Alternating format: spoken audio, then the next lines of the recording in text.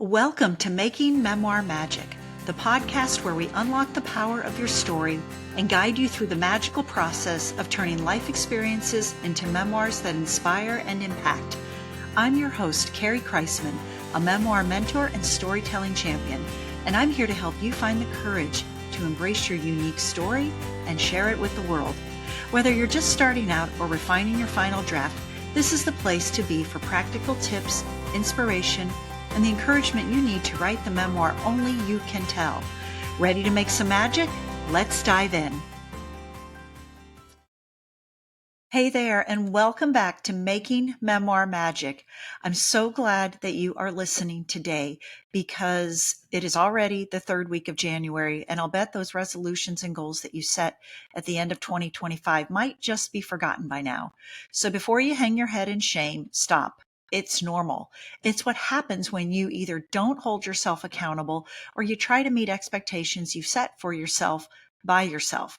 So whether it's exercise or getting more organized or writing your memoir, which of course is what I'm going to talk about today, your author aspirations are likely still living in your head, tugging at your heart, or waiting for a someday that never comes. So if that landed hard, that's good. Not because I want you to feel bad about a lack of progress, but because it means that your story is still alive. It means you still care. And because you care so much about the story that you want to tell, that's a sign that it deserves to be shared. So that is exactly what we are talking about today, how to do that and why so many memoir dreams become dreams for someday or later and what you can do about it. So if you're thinking that you'll write your memoir when the kids are older, when work slows down, when life feels calmer, when you feel more confident or have more time, or when you magically become a different person with fewer responsibilities and more uninterrupted hours, which, let's be honest, is not how life works.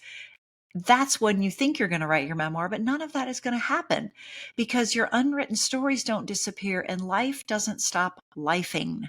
All right. It means things are still going to happen. You're going to get sidetracked.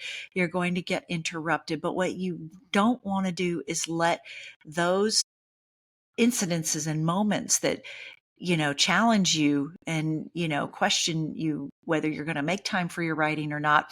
Don't let those turn into resentment, self-doubt, or a lingering sense of almost. Later is the most dangerous word that writers use because it quietly robs you of momentum, confidence, and voice. So don't tell yourself you're going to do this later when life calms down and gets easier. What I'm going to do is show you 3 examples of the types of writers that I see the most. So you may see yourself in some of these examples, which is great because that means what I'm going to say will be even more relevant to you. But if you don't identify with one of these examples, there are still tips and strategies that you can glean from what I'm going to tell you. So buckle up, pop in those earbuds and refresh your drink. Get ready to be enlightened and inspired.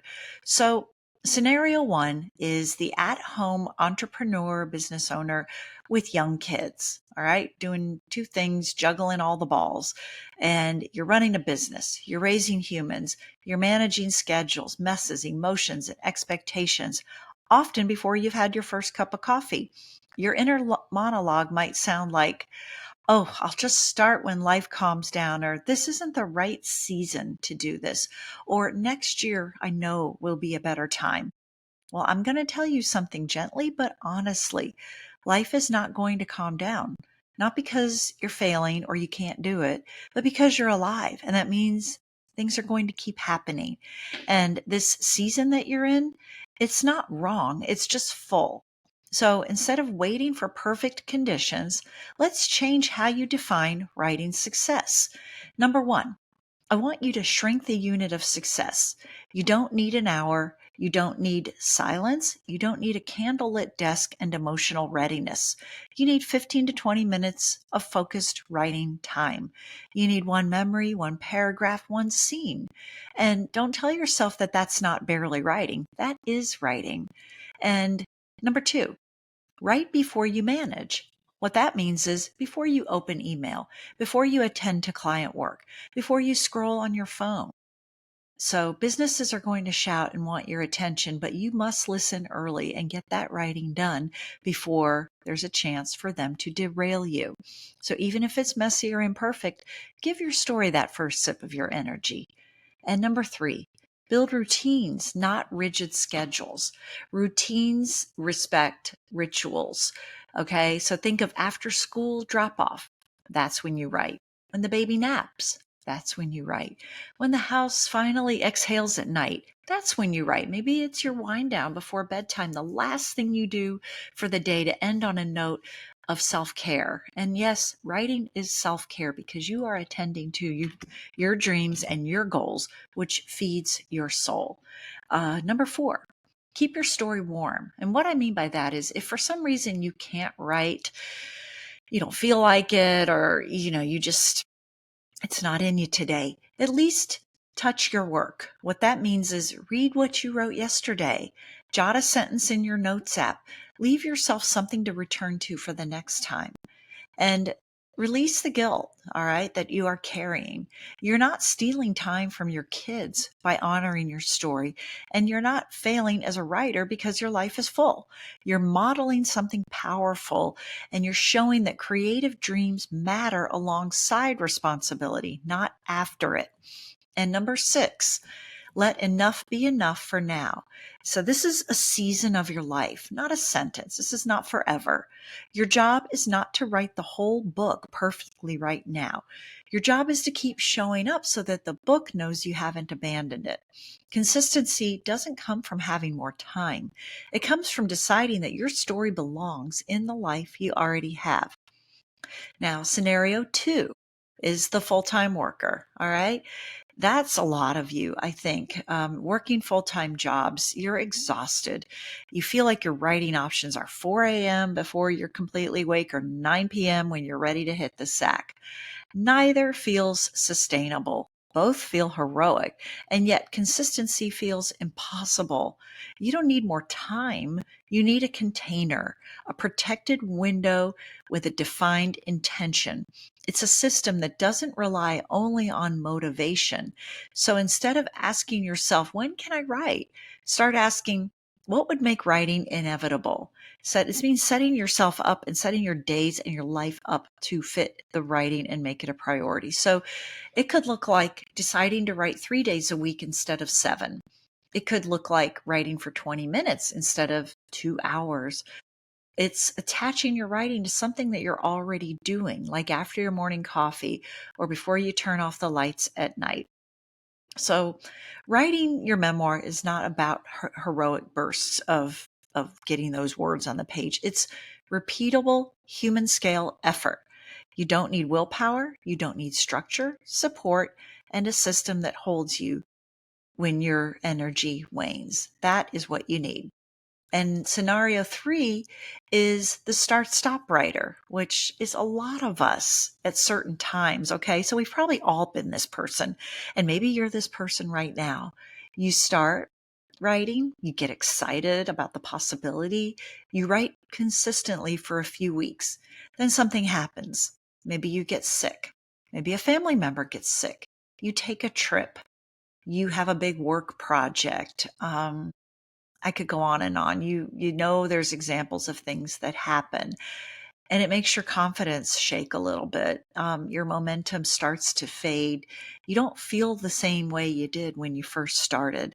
And the idea of starting again makes you feel incapable. Like, how do I do this? Can I return to it? And you are capable. But what's happening is you're trying to write without a map. So every time you stop writing, you don't just lose progress, you lose trust in yourself. You start thinking, maybe I'm not cut out for this. Maybe I'm the kind of person that just doesn't finish things.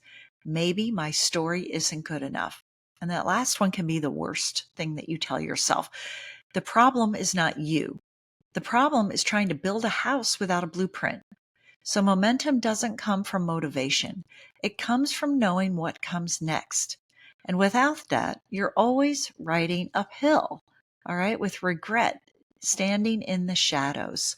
So I want you to remember that your unwritten stories, they carry weight. They sit in the back of your mind. They creep up and kind of shout at you during long drives, like when your brain is quiet, or quiet mornings, or birthday reflections, or nights when you can't sleep. And you remind yourself that, gosh, I started something, that I made a promise to myself and it's not happening. You ask why it's not happening. You wonder how I can make it happen. You are very well aware that you are not keeping your promise to yourself. And that unchecked can become resentment, self doubt, and ultimately grief. All right. Grief because you postponed your dream of writing your memoir.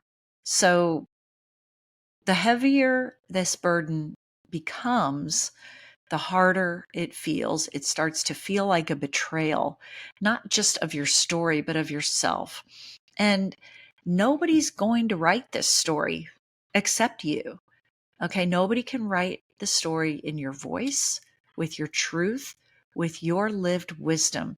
So the cost to not writing your memoir isn't just missing your book that you're going to publish. It's not honoring the version of you that has fully stepped forward. It's not fully trusting in your voice. It's keeping a legacy locked inside of your chest. So you don't want that to happen, right? And here's what most writers don't understand, okay? You don't need endless time. You need a clear path and accountability to be able to walk that path. You don't need more inspiration. You know you have a story. You know you want to tell it in the form of a memoir.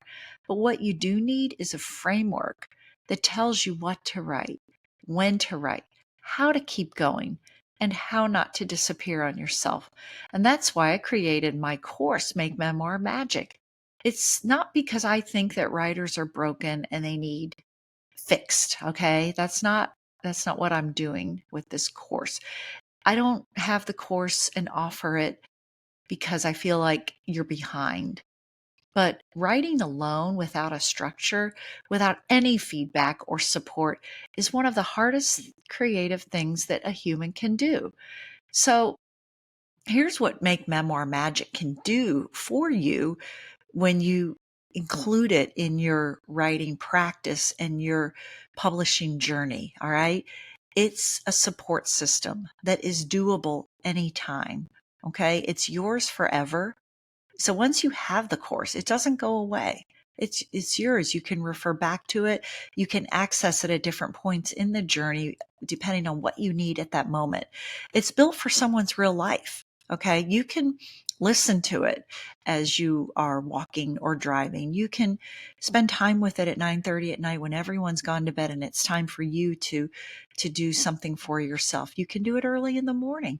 It's designed for real humans with real lives. So, and the best part that I love the most is that it's supported with 4 live group coaching sessions.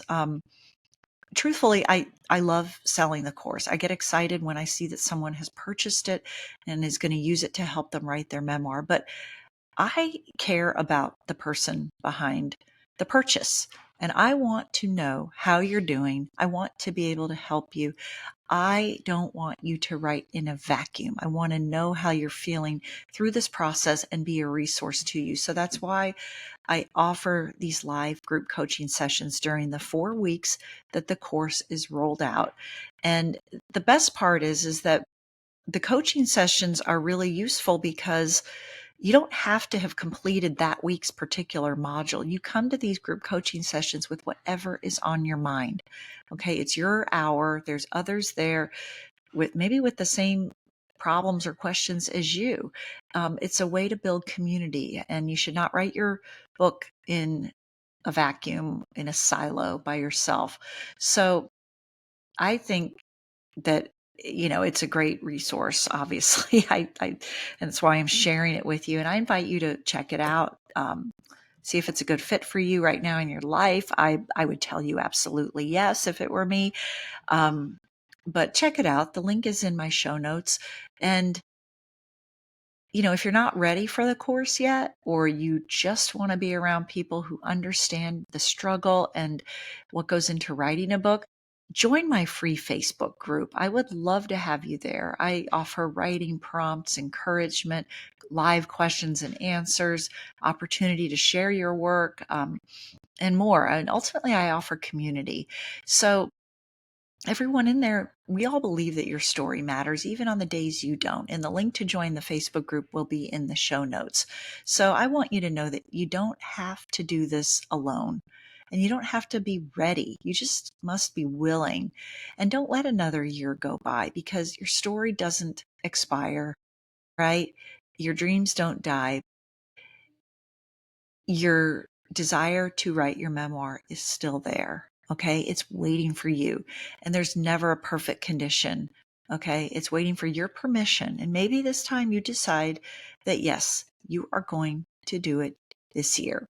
So thank you again for listening. And if this sparked something in you, drop me a line at carriekreisman@gmail.com. I'll put that in the show notes as well. Tell me what you're thinking. Ask me your questions about Make Memoir Magic.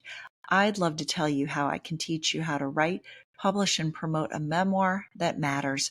And don't forget to join my free Facebook group, Memoir Magic for Aspiring Authors.